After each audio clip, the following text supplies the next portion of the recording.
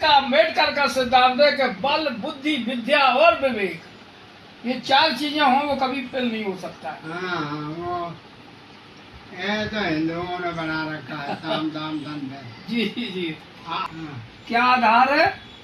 विनीत होना चाहिए और शीलवान होना चाहिए। हाँ, सुनो बुद्ध की वंदना, विनय शील आधार, जागे बुद्ध जागे बोधि अनित्य का, होवे भाव से पार। हाँ, है अनित्य का सिद्धांत जिसने जान लिया कि सब अनित्य है, तो फिर आगे क्या? चित्त नित्य निर्मल करे रहे, काम क्रोध से दूर, यही बुद्ध की वंदना करुणा से भरपूर। है आगे सुनिए, हत्या चोरी व्यभिचार से विरत नशे से होए, और करुणा मैत्री पर जो चले, बुद्ध वंदना सोए। वो सो। हैं सोए ये तो आपने लिखा है साहब। कि आजीव का सम्यक सत्य व्यायाम, वो सम्यक आजीव का और सम्यक सत व्यायाम और सम्यक दृष्टि जो रखे वह होता प्रज्ञावान। हाँ, है सही है। राग देश जागे नहीं, राग देश जागे नहीं, दूर अविद्या होए, काया वाणी पवित्र हो, बुद्ध वंदना जोए। वो सही हैं सही है, सही। पालन करे नहीं बुरा करे लवलेश, अष्टांगिक मार्ग पर जो चले, दे पारमिता संदेश। की वंदना मतलब ये है, इसको हम पालन करें, यही बुद्ध की वंदना है। क्योंकि वहाँ कहा ये आदमी उस पर ध्यान नहीं देता। क्या कहते हैं? सुगंध काय बदन मनंत गुण गंधना सुगंध, उसको दूसरी जगह लगा दिया। सुगंध काय अपनी काया को, सुगंध काय बनंत बदन मनंत गुण, अपने मन को इतने गुणों से युक्त करो। अच्छा, सुगंध काय मनंत गुण गंधना सुगंध नाहं गंधेन पूजा, इन गुणों से युक्त होकर बुद्ध की पूजा करेगी। ये बुद्ध की पूजा है। फूल और डालने से नहीं, वो लगा उसको, उसका सरल भाषा में किसी ने लिख दिया और वो लोगों ने कर लिया।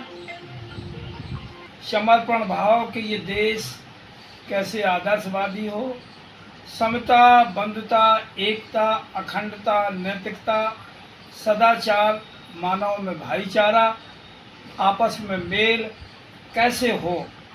क्योंकि मनुष्य को ये समझाना है कि ये संसार कार्य कारण से चलता है।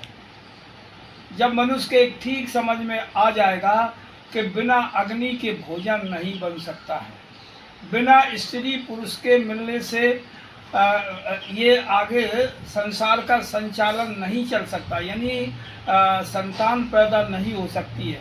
ये काल कारण का सिद्धांत है। तो जब आदमी जान लेगा कि हर बातों के मूल में कारण सच्चा देख, और बिन कारण संसार में पत्ता हिले न एक, बिना कारण के बंधुओं कुछ भी नहीं होता है। आदमी किसी पेड़ में धागा लपेटता है, क्या वो समझता कि कभी उसने किया कि धागा लपेटने से हमें कुछ इसका लाभ हुआ है? उसका कार्य कारण उसने समझ पाया? नहीं समझ पाया। ये एक अंधेरे और कारागार की कोठरी है, इससे हम कैसे निकलें? तो उस निकलने के लिए पहले तो जब कोई यंग तरुण भिक्षु, हम भिक्षुओं से अनविनय अनुरोध करते हुए ये बात कह रहा हूँ कि जब कोई यंग ब्लड तरुण भिक्षु सम्यक संबुद्ध के मार्ग पर अपने को समर्पित कर देता है, उस मार्ग पर चलने के लिए दृढ़ संकल्पित हो जाता है, तब वह बादलों से मुक्त चंद्रमा की तरह संसार को आलोकित करता है, प्रकाशित करता है। उसके लिए क्योंकि यहाँ कहा गया कि प्रथम जन्म वह मुद्दता को प्राप्त करे, खोवे प्रमाद और चित्त मैल दूर करे।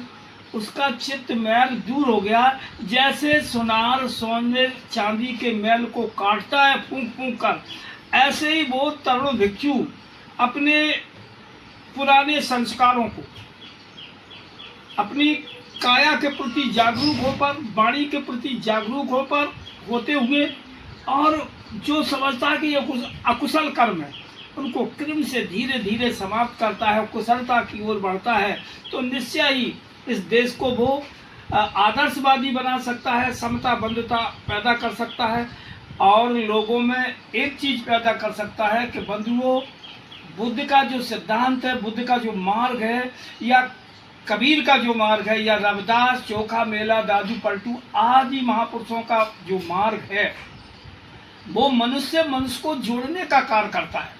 वो बुराइयों को समाप्त करने का प्रयास किया है। उन्होंने जो भी संदेश दिए हैं वो मानव कल्याण के लिए दिए होंगे। और जिन साहित्यों में, जिन महापुरुषों ने यदि मनुष्य को आपस में लड़ाने का, बैर भाव, गिलानी, घृणा, नफरत, अन्याय, अत्याचार, जुल्म, जास्ती पैदा की है, आप सब अपने दिमाग से सोचो, क्या वो अच्छे लोग हो सकते हैं या वो अच्छा मार्ग हो सकता है? इसलिए आपको बंधुओं बहुत जागरूक होना है। बुद्ध का सिद्धांत मानववादी है बंधुओं, समतावादी है। किसी प्रकार से गिलानी, घृणा, नफरत और अन्य अत्याचार से दूर बचाते हुए इस देश को आदर्शवादी बनाने के लिए हम सबको प्रयास करना चाहिए। और वास्तव में यदि तुम भारत के सपूत हो, तुम में भारत का खून है, भारत माँ के लाल हो, तो प्रत्येक मनुष्य आपको करुणा और मैत्री करना चाहिए, भाईचारा बनाना चाहिए। तभी तो आप सुजात माता पिता की संतान माने जाएंगे।